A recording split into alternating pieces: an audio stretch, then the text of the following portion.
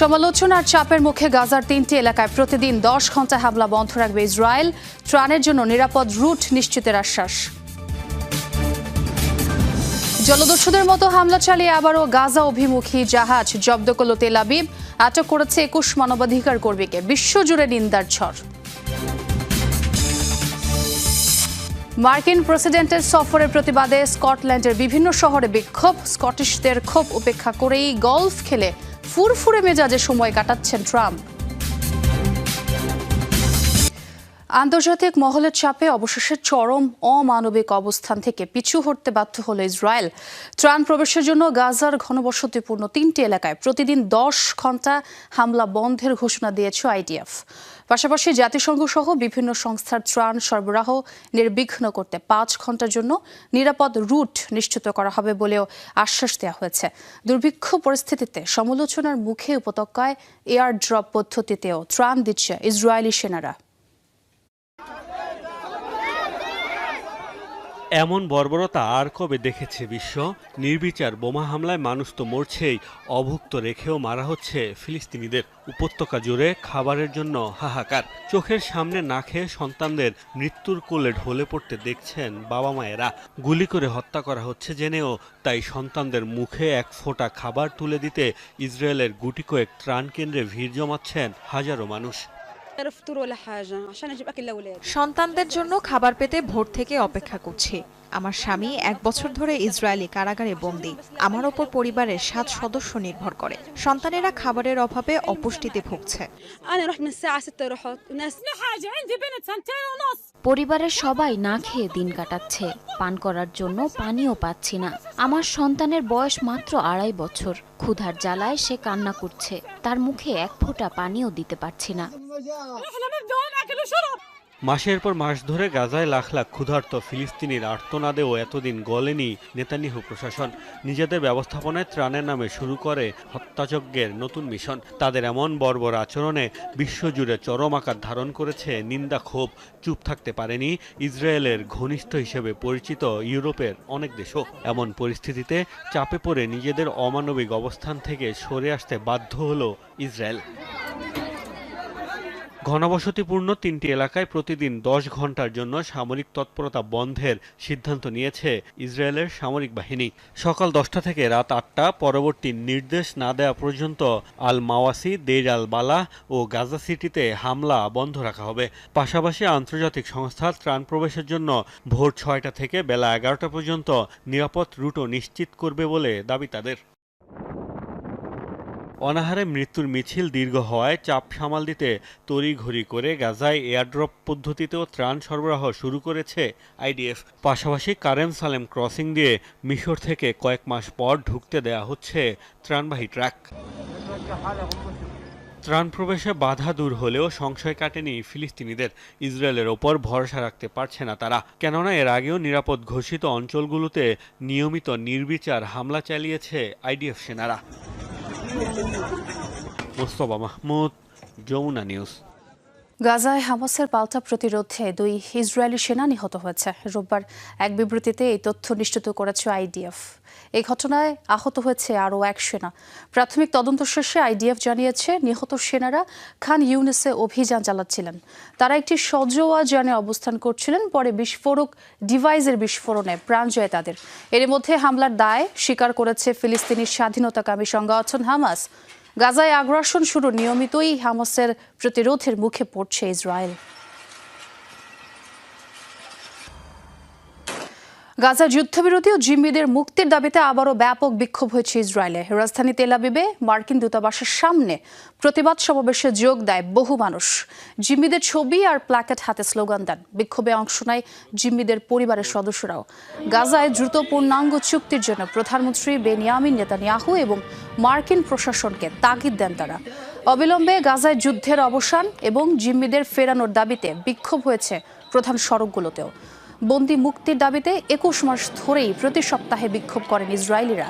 এখনও হামাসের কাছে জিম্মি 58 ইসরায়েলি। ধারণা করা হয় অর্ধেকের বেশি মারা গেছেন। এবার হামাসের বিরুদ্ধে নিন্দা প্রস্তাব তুলতে যাচ্ছে আরব দেশগুলো। আগামী সপ্তাহে নিউ ইয়র্কে জাতিসংঘের বিশেষ অধিবেশনে নেওয়া হবে এই পদক্ষেপ, এমন তথ্য জানিয়েছেন ফ্রান্সের পররাষ্ট্রমন্ত্রী জোন নোয়েল ব্যারট। বলেন, জাতিসংঘের অধিবেশনে যুদ্ধ বন্ধ করে হামাসকে অস্ত্র সমর্পণের আহ্বান জানাবে মুসলিম দেশগুলো। ইউরোপের আরও দেশ যেন ফিলিস্তিনকে স্বীকৃতি প্রদান করে, সে লক্ষ্যেই আরবদের এমন পদক্ষেপ বলে জানিয়েছে ব্যারট। তিনি বলেন, ইতিমধ্যেই যুক্তরাজ্য, জার্মানি সহ ইউরোপের আরও কয়েকটি দেশ ফিলিস্তিনকে রাষ্ট্র হিসেবে স্বীকৃতি দেওয়ার ব্যাপারে চিন্তা করছে।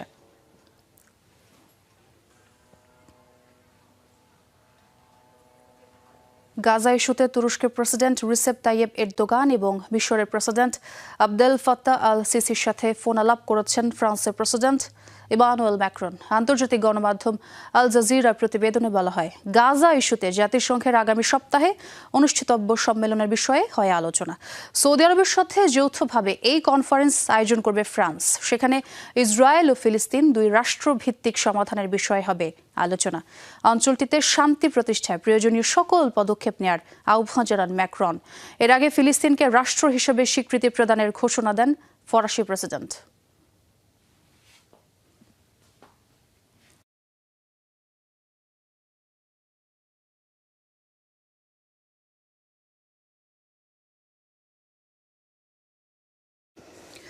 জলদস্যুর মতো হামলা চালিয়ে আবারও গাজা অভিমুখী ত্রাণবাহী জাহাজ জব্দ করেছে ইসরায়েল। অপহরণ করা হয়েছে জাহাজে থাকা 21 মানবাধিকার কর্মীকে, যাদের মধ্যে রয়েছেন আল জাজিরার 2 সাংবাদিক। ইসরায়েলের দাবি, অবৈধভাবে গাজায় প্রবেশ করেছিল জাহাজটি, যদিও ফ্রিডম ফ্লোটিলা জানিয়েছে আন্তর্জাতিক জলসীমাতেই বাধা দেওয়া হয়েছে তাদের। ইসরায়েলের এমন পদক্ষেপে নিন্দার ঝড় উঠেছে বিশ্বজুড়ে। ইসরায়েলের হুমকি ধামকি উপেক্ষা করে গত রোববার ইতালির গালিপলি বন্দর থেকে রওনা দিয়েছিল ফ্রিডম ফ্লোটিলার জাহাজ হান্ডালা। গন্তব্য যুদ্ধ ও দুর্ভিক্ষ কবলিত গাজা। লক্ষ্য অভুক্ত মানুষগুলোর কাছে খাবার পৌঁছে দেয়া।